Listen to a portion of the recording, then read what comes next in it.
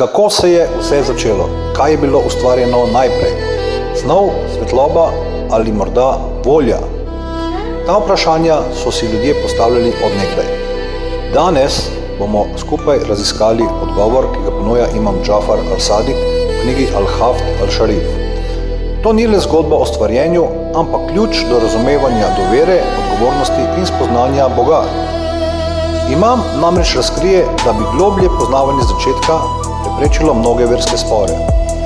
Preden nadaljujemo, razmisli, zakaj ljudje tako različno razumejo vero. Verjetno zato, ker nam manjkajo ključni koščki sestavljanke. Imam Džafar al-Sadiq pove nekaj izjemno močnega: če bi ljudje resnično razumeli začetek stvarjenja, se ne bi prepirali o veri. To je osupljiva trditev. Pomeni, da so nesoglasja in konflikti, ki jih vidimo okoli sebe, pogosto posledica nepopolnega razumevanja izvora vsega. Ko ne poznamo temeljev, gradimo na pesku in se prepiramo o malenkostih, namesto da bi videli širšo sliko. Ali se strinjaš, da neznanje pogosto povzroča razdore? Zdi se, da je iskanje znanja pot do enotnosti.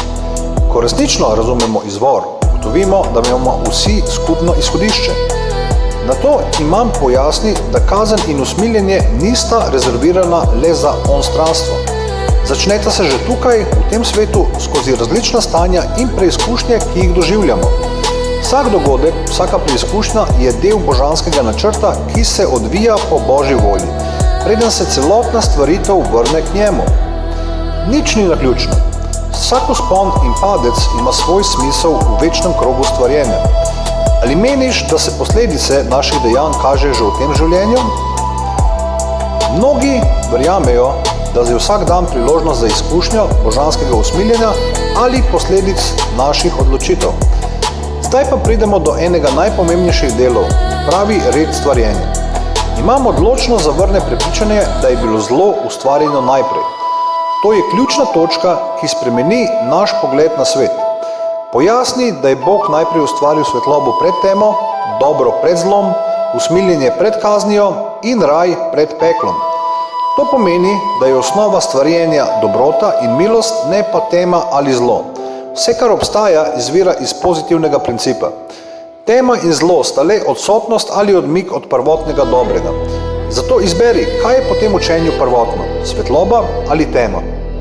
Pravilno, svetloba. Kaj je torej Bog ustvaril najprej? Na to ključno vprašanje imam odgovori: senčno svetlobo. To je senčna svetloba, ki je bila ustvarjena neposredno iz Božje volje, še preden so obstajali voda, zemlja ali prestol. Iz te prvotne svetlobe so nastale različne sence oziroma bitja, ki so takoj spoznala, da obstajajo zaradi Boga. A niso bila prepuščena sami sebi. Bog jih je naučil slavljenja, hvale, govora in zavedanje njega kot svojega Gospoda.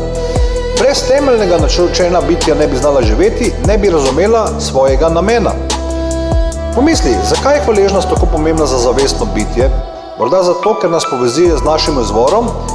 Iz tega prvotnega slavljenja so nato nastale nebesne ravni, raji, duhovna bitja, zastori in oziroma tančice, ki ločujejo različne ravni obstoja. Najvišji od teh zastorov je postal hudžat, dokaz in vodstvo za celotno stvarstvo. Bog je preko teh tančic vzpostavil red, hierarhijo znanja in odgovornost.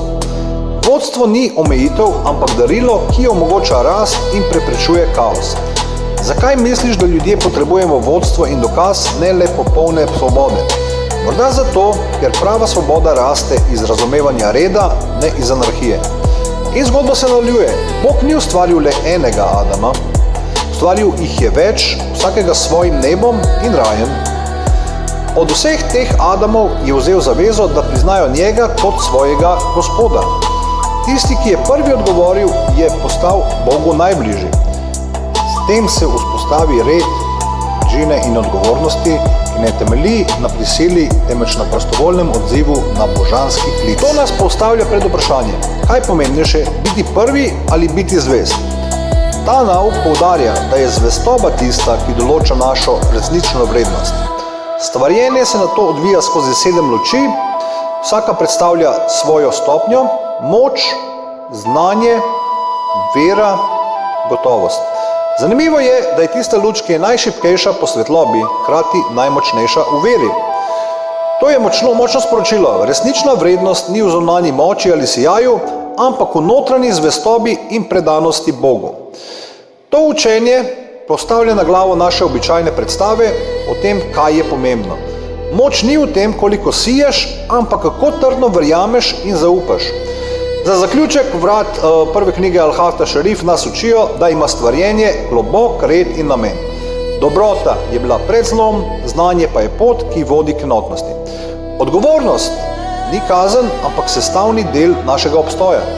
Razumevanje začetka stvarjenja nam tako omogoča, da bolje razumemo vero, življenje in predvsem sami sebe. Upam, da vam je to potovanje v začetek stvarjenja odprlo nova obzorja. Kaj je ena misel iz tega videa, ki bo obstala?